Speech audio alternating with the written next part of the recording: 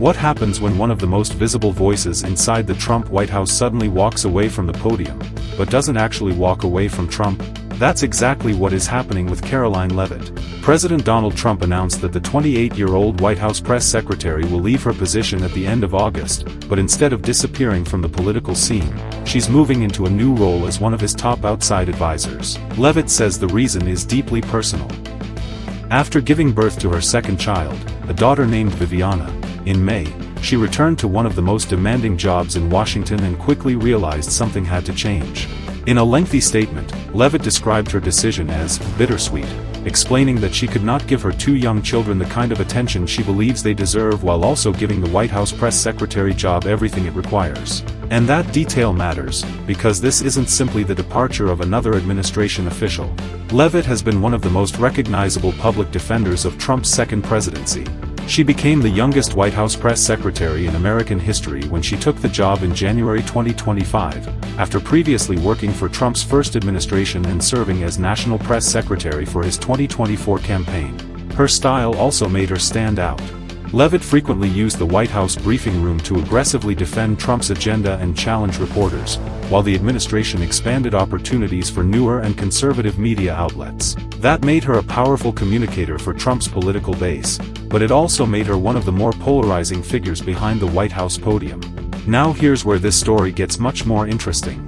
Trump isn't treating Leavitt's departure like a normal resignation. He called her one of his most trusted aides and said she will become one of his top outside advisors and an influential voice within the Republican Party.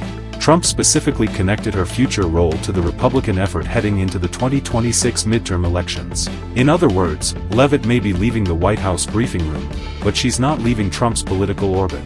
Her own statement made that clear as well. She said she intends to remain a vocal advocate for the MAGA movement and the Republican Party, adding that her political fight is entering a new phase, not ending. So while her official government title is going away, her influence inside Trump's political world could continue.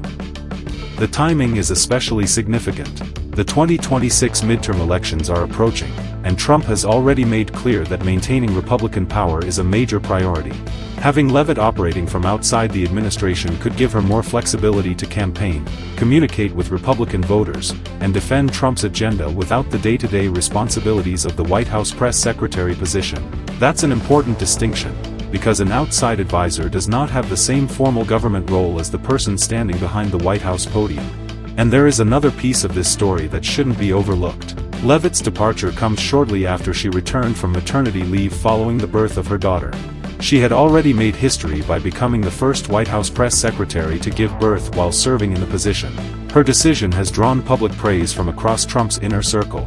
Vice President J.D. Vance called the press secretary job one of the hardest positions in the administration and praised Leavitt for handling it with confidence and effectiveness. White House Chief of Staff Susie Wiles called her extraordinary, while Secretary of State Marco Rubio and FBI Director Kash Patel also publicly thanked her for her service. But one major question remains unanswered: who will replace her? Trump has not announced a successor, leaving the White House communications operation facing a significant transition at a politically sensitive moment. For Leavitt, though, the message is clear. She's stepping away from one of the most intense jobs in American politics to spend more time with her family, while keeping a direct political connection to President Trump. Her time behind the podium may be coming to an end, but her political career is clearly not over. In fact, if Trump's plan works, this could simply be the moment Karoline Leavitt moves from being the voice of the White House to becoming one of the voices shaping the Republican Party from the outside. If you found this update helpful, don't forget to like the video, subscribe to Unix Media, and turn on notifications so you never miss the latest news. Thanks for watching.